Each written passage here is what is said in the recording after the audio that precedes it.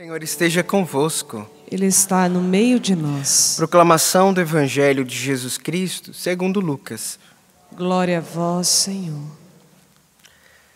Naquele tempo, disse Jesus aos seus discípulos: quando virdes Jerusalém cercada de exércitos, ficai sabendo que a sua destruição está próxima.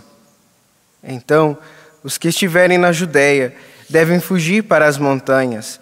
Os que estiverem no meio da cidade devem afastar-se. Os que estiverem no campo, não entrem na cidade. Pois esses dias são de vingança, para que se cumpra tudo o que dizem as Escrituras. Infelizes das mulheres grávidas e daquelas que estiverem amamentando naqueles dias, pois haverá uma grande calamidade na terra e ira contra este povo. Serão mortos pela espada e levados presos para todas as nações. E Jerusalém será pisada pelos infiéis, até que o tempo dos pagãos se complete. Haverá sinais no sol, na lua e nas estrelas. Na terra, as nações ficarão angustiadas com o pavor do barulho do mar e das ondas. Os homens vão desmaiar de medo, só em pensar no que vai acontecer ao mundo, porque as forças do céu serão abaladas.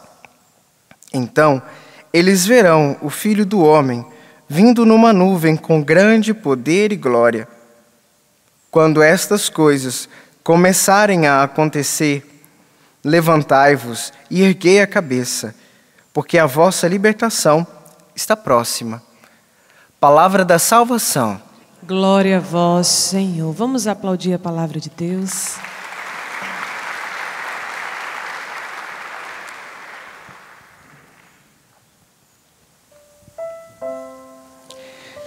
Queridos irmãos e irmãs, a liturgia desta 34ª semana do tempo comum, portanto, a última semana do tempo comum, traz em si fragmentos, reflexos daquilo que nós ouvimos nas leituras do domingo, o domingo do Cristo Rei. Então, em todos estes dias nós temos ouvido falar do reino dele, do reino que é sem fim, do Senhor Jesus que está no centro, que é o Rei do universo. Primeira leitura de hoje, já no finalzinho dela, da boca do rei, Daniel escuta: Ele é o Deus vivo, que permanece para sempre. O seu reino não será destruído e o seu poder durará eternamente. As perseguições que começaram no início do cristianismo e ontem de modo especial, hoje, as leituras têm acentuado essa realidade dos últimos tempos, focando na realidade da perseguição. Então, as perseguições dos primeiros cristãos refletem, são como que uma amostra grátis daquilo que vai ser vivido no final dos tempos, da perseguição aos cristãos, daqueles que escolhem permanecer fiéis a Deus. E justamente porque o mundo, o sistema já não adere a Deus, já não quer saber de Deus, se põe então a perseguir aqueles que se determinaram pela fidelidade ao seu Salvador. Aqueles que disseram: eu fico com o meu Jesus, aquele que deu a vida por mim e não abro mão dele. Entretanto, qual é a receita para estes tempos? Qual é a receita para vencer os tempos de tribulação?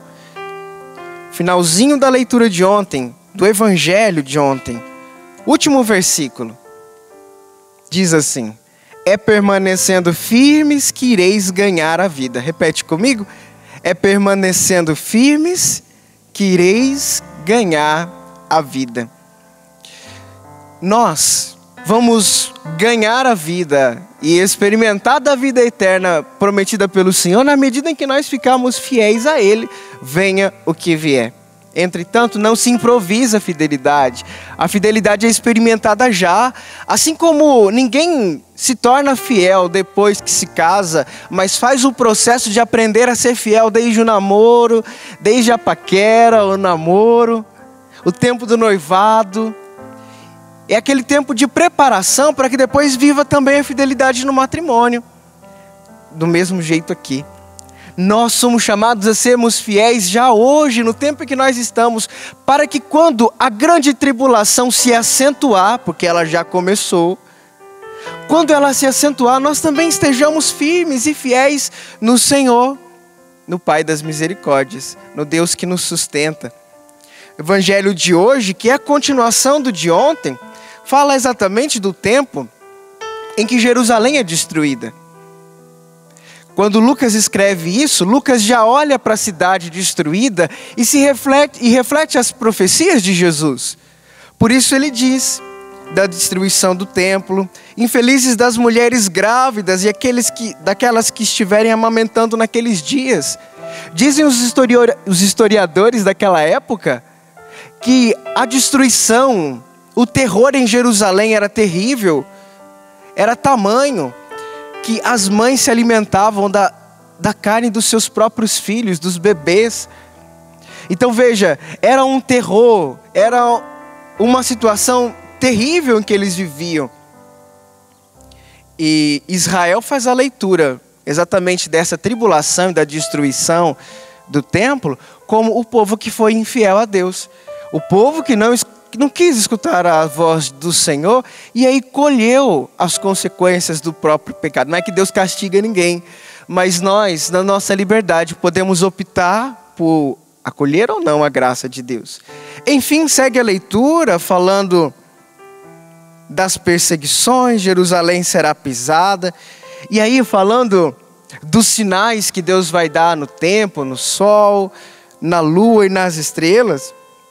Diz aqui assim: na terra, as nações ficarão angustiadas, os homens vão desmaiar de medo. Meu Deus do céu, isso aqui é evangelho? Está na Bíblia mesmo, padre? Tem certeza? Tenho. Mas a palavra de Deus nunca termina no terror. Ele não é o Deus do terror. Ao contrário, é o Deus que diz: filho, as coisas vão piorar sim, mas olha, aguenta firme. É permanecendo firme que você vai se manter fiel. É permanecendo firme e na sua fidelidade que você vai ganhar a salvação. É que nem mãe quando fala assim, ó, leva guarda-chuva que vai chover. É assim que Deus está falando conosco na liturgia de hoje. Tanto assim que o último versículo do trecho de hoje, do evangelho de hoje, diz: quando essas coisas começarem a acontecer, levantai-vos e erguei a vossa cabeça, porque a vossa libertação está próxima. É tempo de nós levantarmos, erguemos a nossa cabeça, porque a nossa libertação está próxima. Padre, mas e essa história de medo? Padre, mas e essa história de angústia, de terror, de perseguição? Calma. Ele é o Pai das misericórdias. Veja o que aconteceu com Daniel na primeira leitura. Daniel, aquele que escolheu se manter fiel a Deus.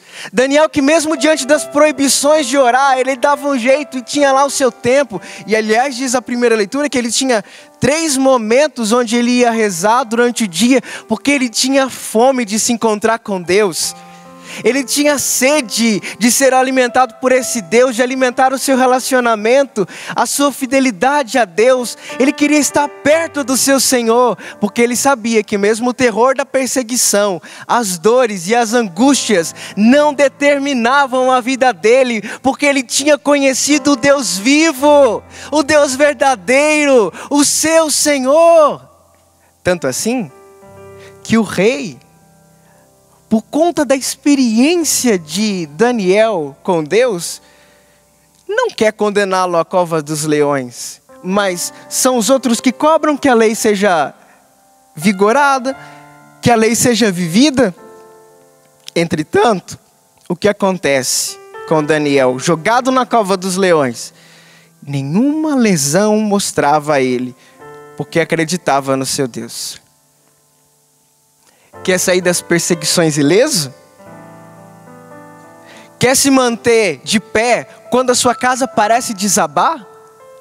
Quando parece que já não tem mais aquela pessoa ali com quem você convivia? quando tem a notícia de que ela não vai morar mais ali com você, a dúvida, a incerteza, é uma enfermidade que chegou. Parece um cheque pré-datado, porque alguns que tiveram essa enfermidade já se foram. Eu não vou mais estar com aquela pessoa. Sou eu quem tenho que partir, sou eu quem estou assim. Eu é que fui designado para um outro tempo e não sei o que vai ser da minha vida.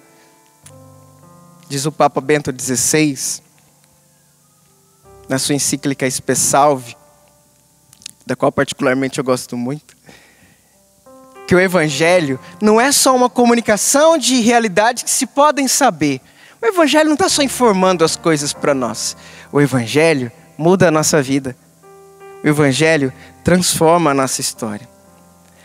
Diante do Evangelho, a porta tenebrosa do templo foi aberta de par em par. Nosso santuário já está quase cheio de portas. Quase completas as portas do nosso santuário. Daqui a alguns dias nós vamos ter a abertura da porta santa. Quem crê em Deus, a abertura do futuro, do tempo, mesmo que ele se pareça a nós tenebroso, foi aberto de par em par. E quem tem esperança vive diversamente, porque foi lhe dado uma nova vida. Diga assim: Senhor, eu quero viver a nova vida prometida pelo Senhor na sua palavra.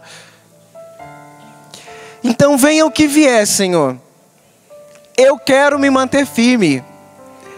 Eu quero, Senhor, ter um coração que já te louva, porque confia no Senhor. Eu quero aguentar firme até o fim. Mas sem a sua graça, ninguém é forte.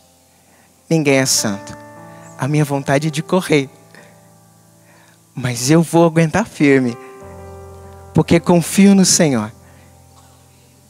Que me ajude a intercessão da sua mãe, que aguentou firme até o fim, mesmo na cruz, mesmo ao te ver crucificado.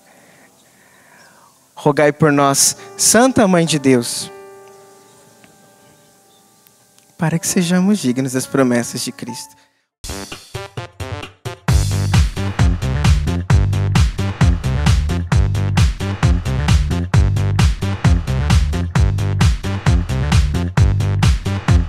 CançãoNovaPlay.com. Assine já!